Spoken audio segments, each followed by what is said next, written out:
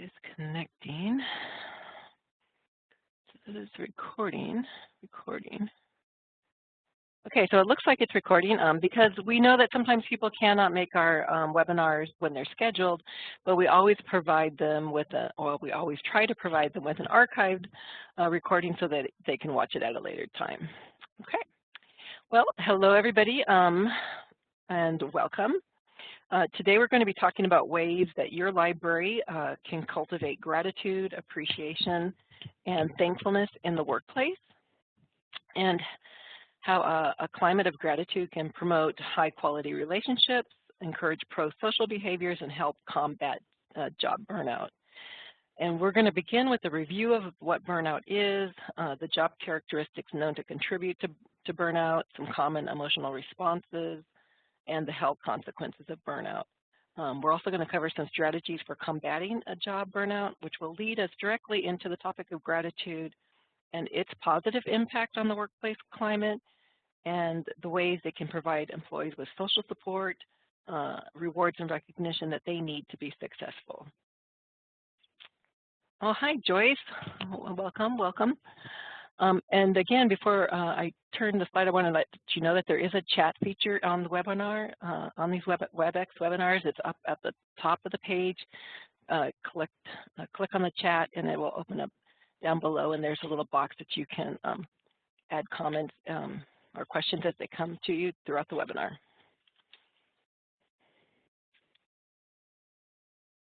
Let's move my slide here.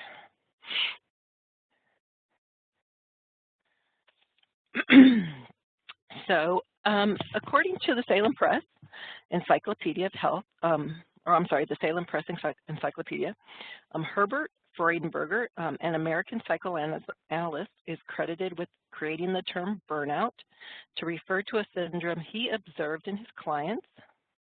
They were primarily high achievers who had lost their optimism, passion for life, and sense of purpose. And burnout is commonly referred to as a special type of job stress, a state of physical, emotional, or mental exhaustion, combined with doubts about your competence and the value of your work.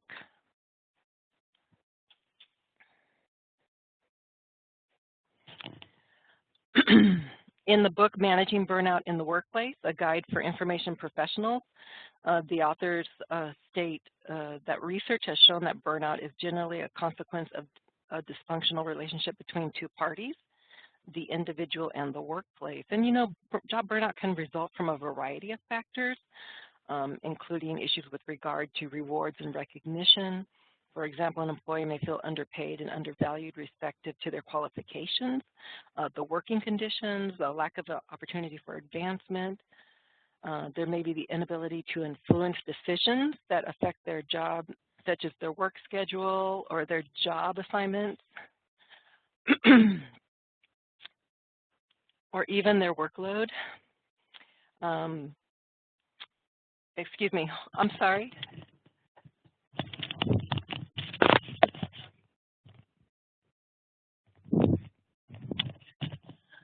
We work in an open office, and sometimes people get phone calls, and it's just I have to remind them that there's a webinar taking place. Okay, so we were talking about job burnout and the job characteristics known to contribute to burnout, and we were talking about the inability to influence decisions. Again, we were talking about work schedule, job assignments, or even your workload, unclear job expectations. You know, employees may not be sure about the degree of authority that they have or what others expect from them. Another factor may be a dysfunctional workplace. And employees may feel undermined by their colleagues, or they may work for someone who micromanages their work.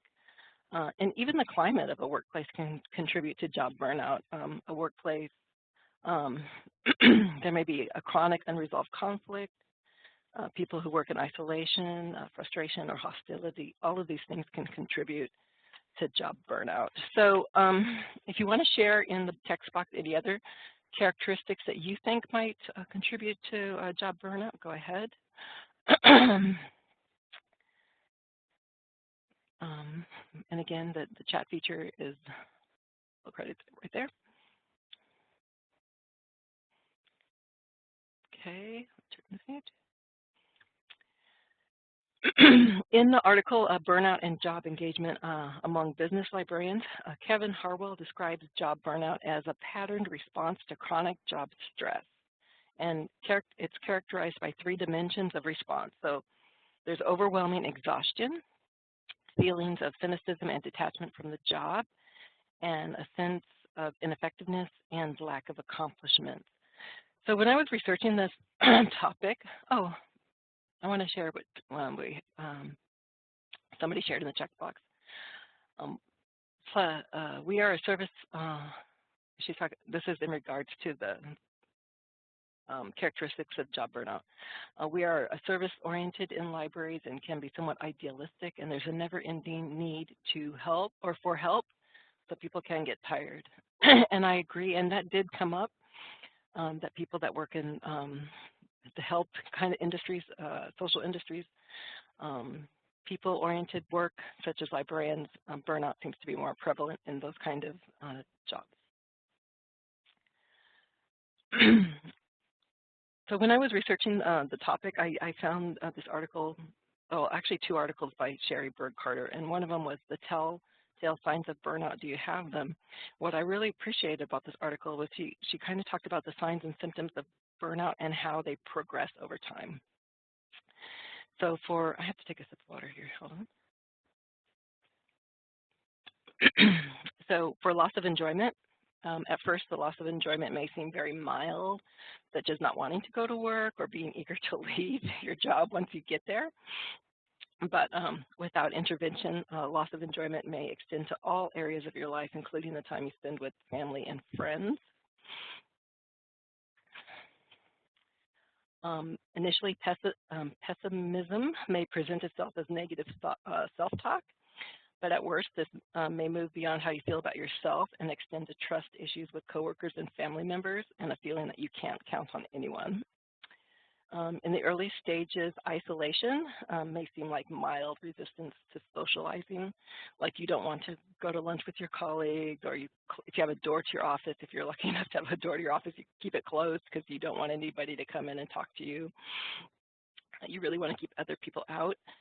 In the latter stages, you may become angry when other people talk to you, or you may come in early or leave late to avoid any kind of interactions with other people.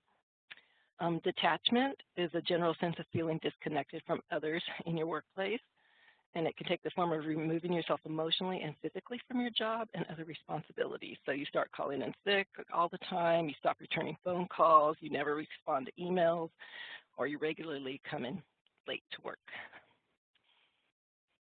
So I'm just curious, have any of you guys seen any of these symptoms? Move on to. Oh, okay. Okay, yes. So signs of ineffectiveness and lack of accomplishment are increased irritability, feelings of being ineffective, unimportant, useless, an increasing sense that you're not able to do things as efficiently or effectively as you once did. In the early stages, this can interfere in personal and professional relationships, and at worst, it can destroy relationships and even people's careers. So lack of productivity and poor performance. So despite the long hours that you're putting in on the job, the chronic stress prevents you from being productive as you once were. It often results in incomplete projects and an ever-growing to-do list. And it seems at times that no matter how hard you try, how many hours you put in, you just can never get out from under that pile of work. Okay? Yeah, I see that, Joyce.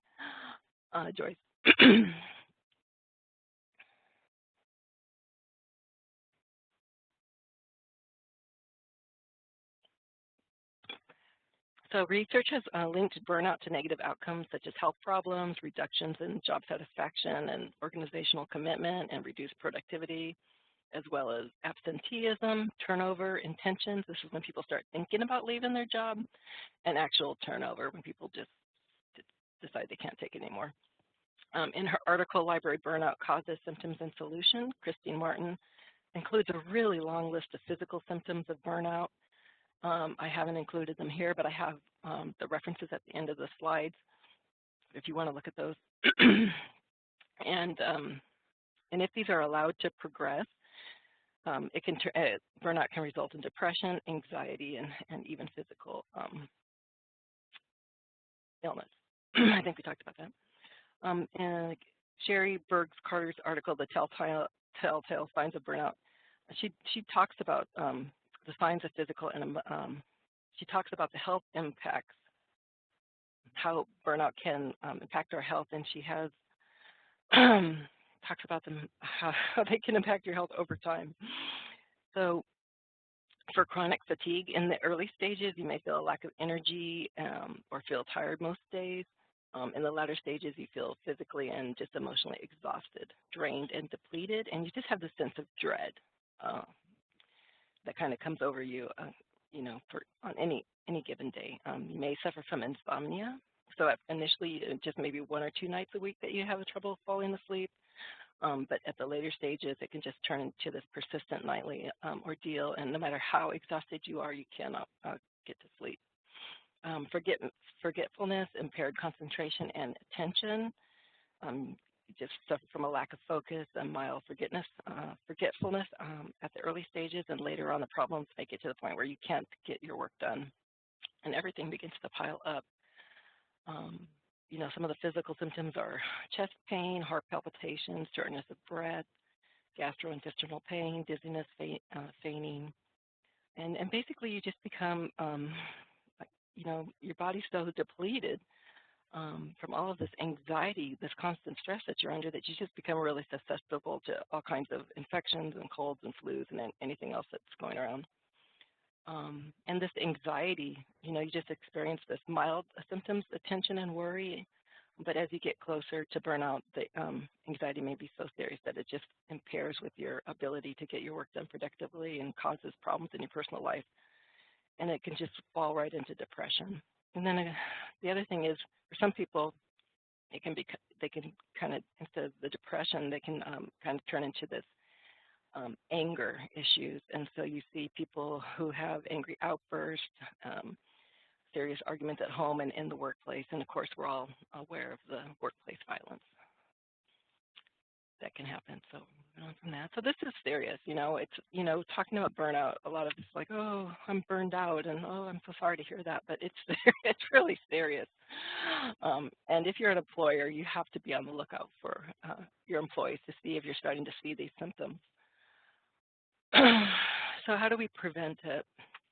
So as I mentioned earlier, job burnout is generally a consequence of a dysfunctional relationship between 2 parties, the individual and the workplace. And this means that any kind of change or prevention is going to require changes from both parties, right?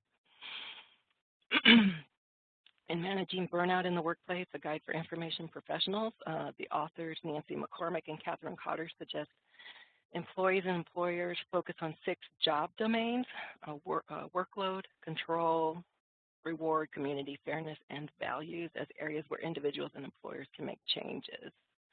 I want to share this. Right, and so somebody shared in the text box about the fact that because of the budget crisis here that's happening here in Alaska, that all of our organizations are experiencing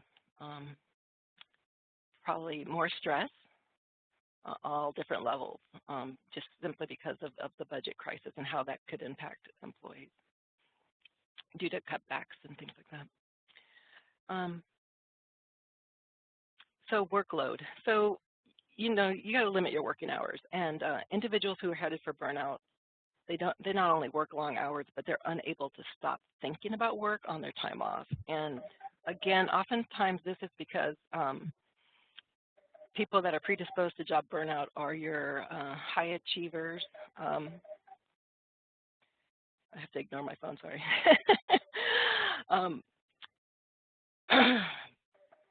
Sorry, this is a distraction.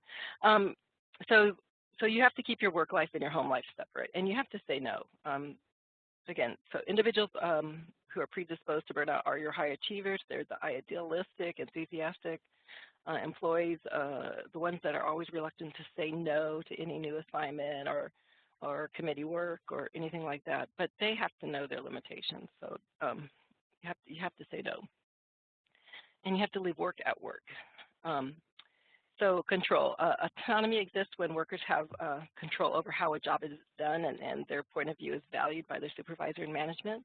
And lack of autonomy is responsible for high rates of burnout. So if you work for a micromanager, um, if you have no say over what jobs you're asked to do or when you're scheduled for work or how the work gets done, it's very difficult.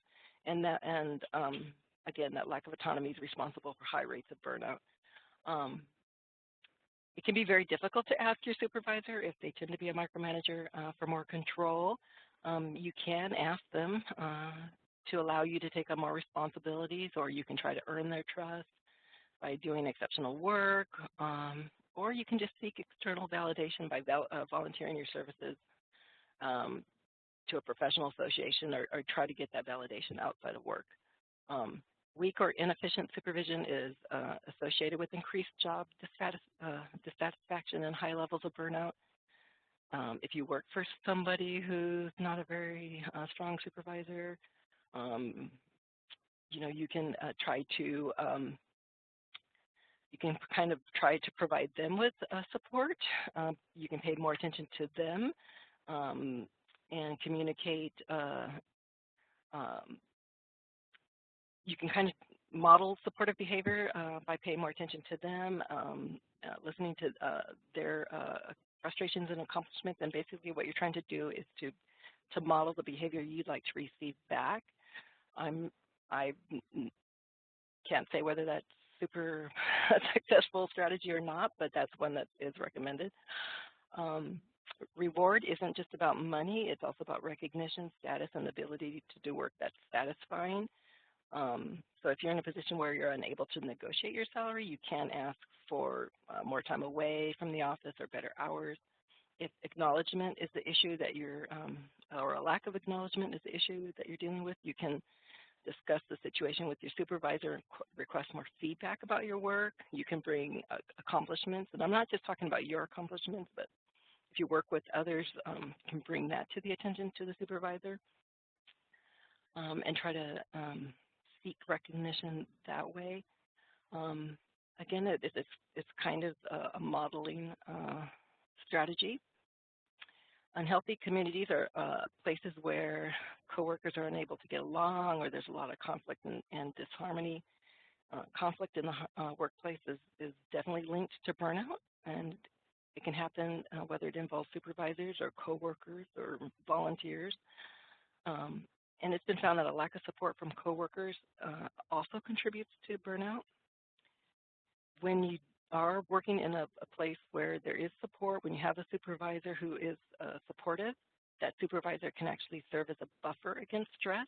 And supportive supervisors communicate with their workers. They provide constructive and encouraging feedback.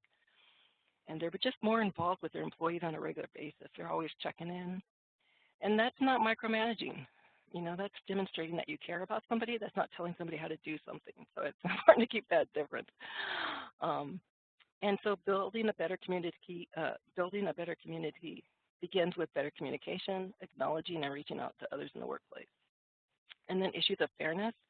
So a workplace is perceived to be fair when it has three elements. When these three elements are present: trust, openness, and respect. And so fairness is a really broad concept that it also involves or includes favoritism or discrimination and performance evaluations. So when you work someplace where some people are in and others are out, or some people always seem to get the great assignment, you can see favoritism. I think all of us are aware of when that's happening. Fair workplaces promote civility, and they prohibit abusive behaviors such as bullying that can also lead to inequitable treatment.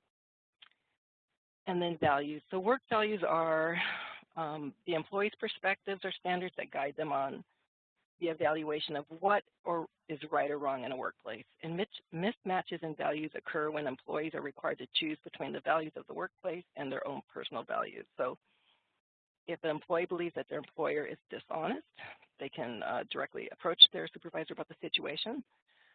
they can blow the whistle on the supervisor, or they can look for a new job.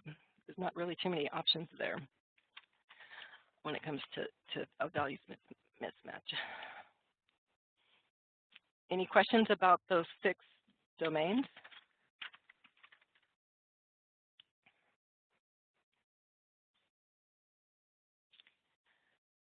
Okay. So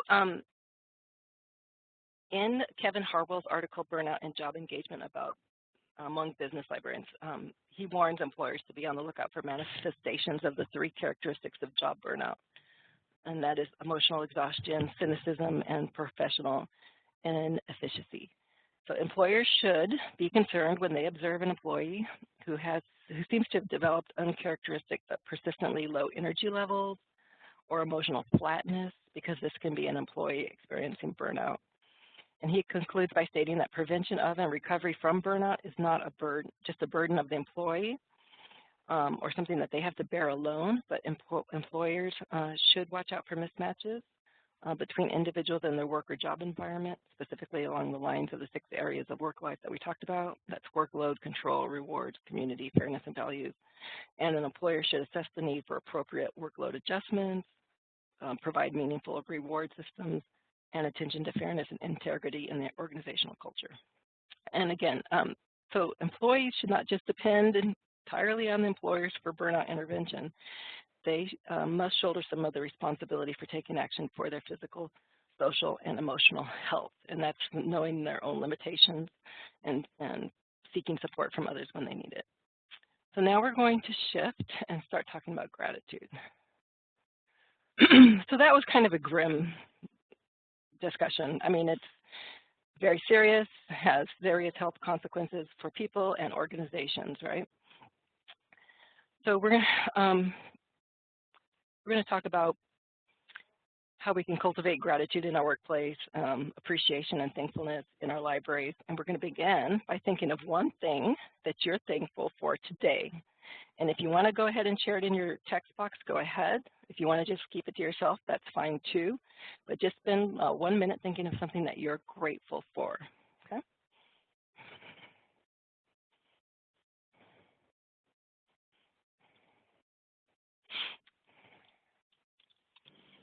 Julie, what were you asking us to share? Hello? This is Paige. I was just wondering what you were asking us to share. Just for people to just take a minute to think of something that they're grateful for.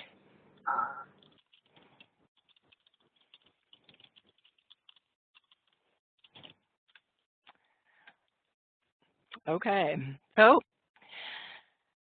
according to information from the Salem Press Encyclopedia of Health, research has shown that grateful thoughts flood our bodies with endorphins, which are hormones that make us feel good. And gratitude can be scientifically measured. And through practice and use, an attitude of gratitude can help us feel more joy and happiness, lower our blood pressure, and improve our immune system. Sincere feelings of gratitude and appreciation produce favorable changes in our body's chemistries. So, excuse me.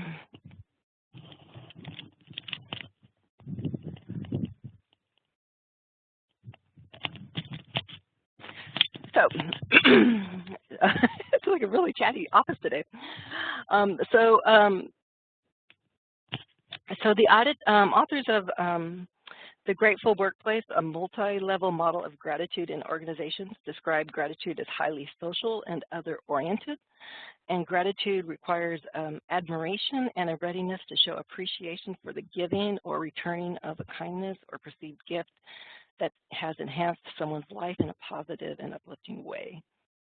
And gratitude is expressed explicitly through words of thanks and through action.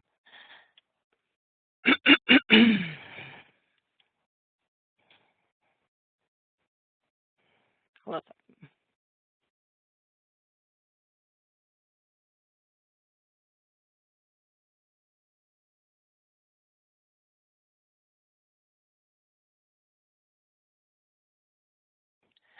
Wow. Okay.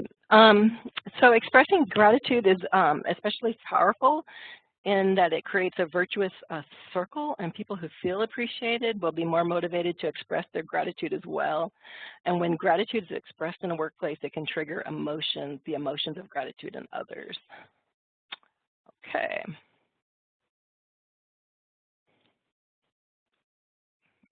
Any questions about gratitude, what it is? Okay. So Ryan Furr and the other authors of The Grateful Workplace, a multi-level model of gratitude in organizations, propose 3 levels of gratitude. Episodic gratitude, which is, you know, the feeling of appreciation that an individual employee might feel in response to an experience that they benefit from. Persistent gratitude, the stable tendency of an individual to feel grateful within a particular context, such as their place of employment. And organizational gratitude, and that's persistent gratitude that's shared by members of an organization. So I put it up here on this slide, and you can see that you have the individual. Episodic is, you know, the individual person experiences gratitude. An example would be, I'm giving this webinar and people are talking, and I ask them to please take their conversations outside, and they do, and I'm very grateful for that. Okay. Persistence gratitude, you know, a consistent feeling of gratitude by an individual at work. They come to work, they enjoy their work, they have good feelings at work, and so that feeling is with them all the time. And then organizational is when multiple people, multiple individuals at the place of employment share that same feeling. And once formed, collective gratitude becomes a defining feature of the organization itself, shaping the way employees construe the organization and their place within it.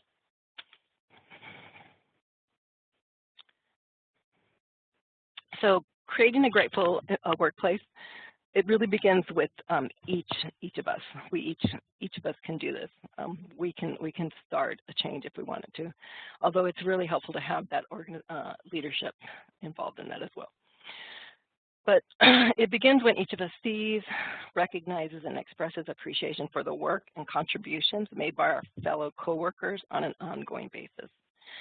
In her article, The Appreciation Paradigm of Grateful Leadership, Judith Olmos described how the appreciation paradigm, which includes the 3 elements of simple thanks, recognition, and acknowledgement, are integral to the practice of grateful leadership.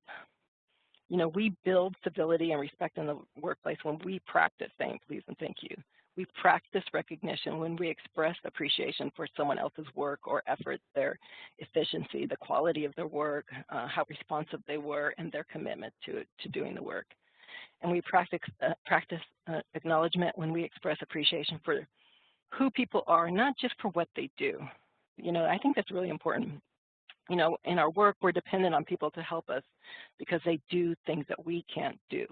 But I think that acknowledgement is more than that. I appreciate who you are as a person. I appreciate the attributes that you have, that your sense of humor, the fact that you never give up, that you're so willing to help. You know, all of those things that make work an enjoyment, right? Because we get to work with other people. So when you share with them what you admire about that person, how they positively impact your life or inspire you, you know, that's a really powerful technique because, you know, we're able to see positive attributes in others that they can't recognize in themselves. So recently I attended a Durlead retreat, and the facilitator had us do this activity where we were in groups of 3 and we had to say what we admired about each of those other 2 people, and we, you know, and then go around in each of us. So we had to come up with things that we admired, and that was the easy part. It was really actually easy to come up with things that you admire about somebody else. For me, the harder part was listening to somebody say that. It's really, we're just so unused to that. And so we, you know, this is something, a powerful technique that we can all use in all of our work. So acknowledgement, simple thanks, and recognition, that really is the paradigm. So steps to creating an attitude of gratitude. And so based on that paradigm, these are some specific things. Acknowledge what somebody did well. You know, send them an appreciate text or a text message or a card. Simple please and thank you. We can build civility in our workplaces. These are simple things. All of us were probably taught by our parents to do that. But it's amazing if you've ever worked in a place where those things are absent. What a horrible experience that is. Congratulate others. Be sincerely happy for others. It's not always a competition. We can be happy that somebody, you know, they reached a goal that they set themselves or their hard work was recognized. And you know, make it sincere. Actively listen to other people. We're all so busy that sometimes that's so hard to do because you want to demonstrate that you care, but it just seems like we're all under the watch all of the time. But actively listening and you know, just giving people time, acknowledging who they are, and then write down a few things yourself for what you're grateful for, or you know, say them out loud to yourself as you walk to work, or share them with your spouse or whatever. But just notice that there are things in each of our days that we should be grateful for, right?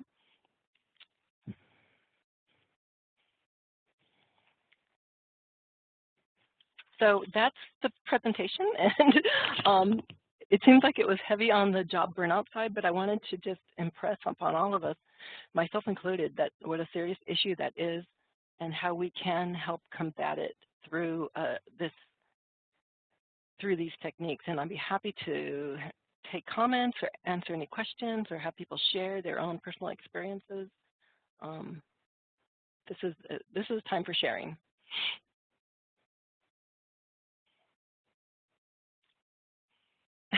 Thank you very much. So any questions about job burnout, the symptoms?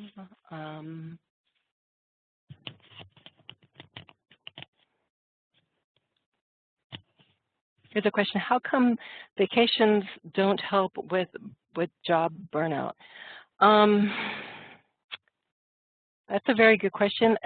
It was one of the things that was suggested, that people take extended vacations because you really have to take a break. I mean, if you're on vacation and you're checking your email every day or you're taking phone calls from staff, I can't see that as really helping you to make that break from your work. I would think that there would be an underlying thing of anxiety. If you leave your work and you aren't confident in other people carrying out your work, I don't think you would find a vacation very restful. In fact, yeah, and that's what Paige has added, that it's because of the expectation to get everything done before you leave, and that's true. Sometimes preparing for a vacation is extremely right, and coming back, right, there is a load. One of the suggestions that was given was delegation, delegating our task, you know, sharing the work responsibilities. And I think it depends on where you work. If you have people who can take on that added, on those tasks. Right. It's true, right. We all get so much email while we're away, and it's tempting to just keep up with it. But again, that doesn't really give you that break. And several articles talked about how important it was to keep your home life and your work life separate as possible.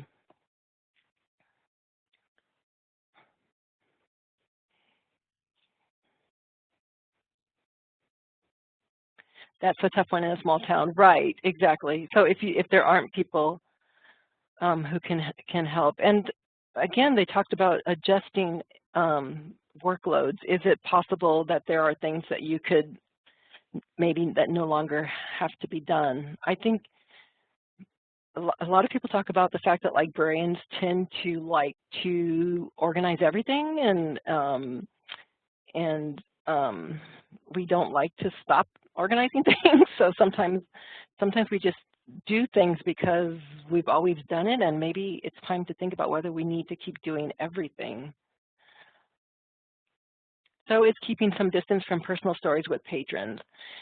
And you know, that's kind of that double-edged sword, in that we all, for so many of us that have gone into librarianship, it's because we do enjoy working with patrons and we do enjoy having those relationships with them. But again, I know there's been times when I worked in a public library and it seemed like there was one community crisis after another, and it's just exhausting. It can almost seem exhausting. But I think we don't want to, yeah, it's hard to keep a distance, yeah. Yep. Any other? Right. Practices of meditation, mindfulness, yoga, exercise was definitely, they talked about the importance of exercise, the importance of healthy diet, getting a lot of rest, um, and keeping those social connections. It's really important to have strong social support, and that's at work, and that's also at home. Right. It is a challenge. Yeah, exercise can wear people out, and it can be more restorative, right? So that's why I think the yoga, Tai Chi, those are really good activities. Chocolate is a very good anti-stress. I agree, and coffee for me too. Okay. Okay. Yep. Absolutely. So I know people who think they're not doing anything if they're not doing a spin or high impact or whatever. Right, and so one of the techniques that we experienced during the recent early was just a 5-minute walk. She just had all of us go. We had some very intense conversations, and she asked everyone to just take 5 minutes and go outside and walk around. And it was amazing how you could just feel your blood pressure kind of get lower. Just that simple 5 minutes outside, and so there are simple things that we can do. Yeah. But for me, the thing that I wanted to impress upon everybody was, we have the ability to change our workplaces. And even if you're not in a position of leadership, you can do things as an individual to kind of start the ball rolling. And how important it is, it's funny how much we benefit from the acts of gratitude when we're expressing it for something that somebody else did. So this really, they talk about this virtuous circle. The more that we express gratitude for what others do, the more that they're more inclined to give it back to us, and it just can change a climate.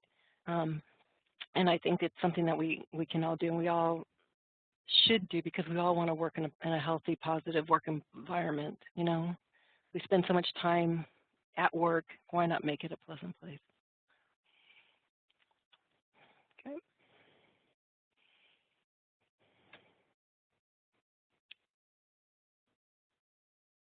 Yeah. And so there's a lot of different ways to do it through meditation, and yep, there's definitely no one way. Yep. Okay. Well, thanks again, everybody, for attending. We hopefully recorded this. I believe it's being recorded. And thanks.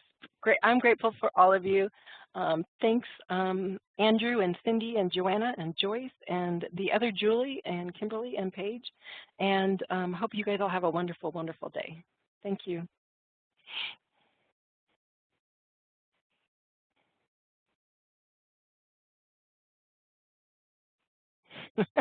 Bye. Bye.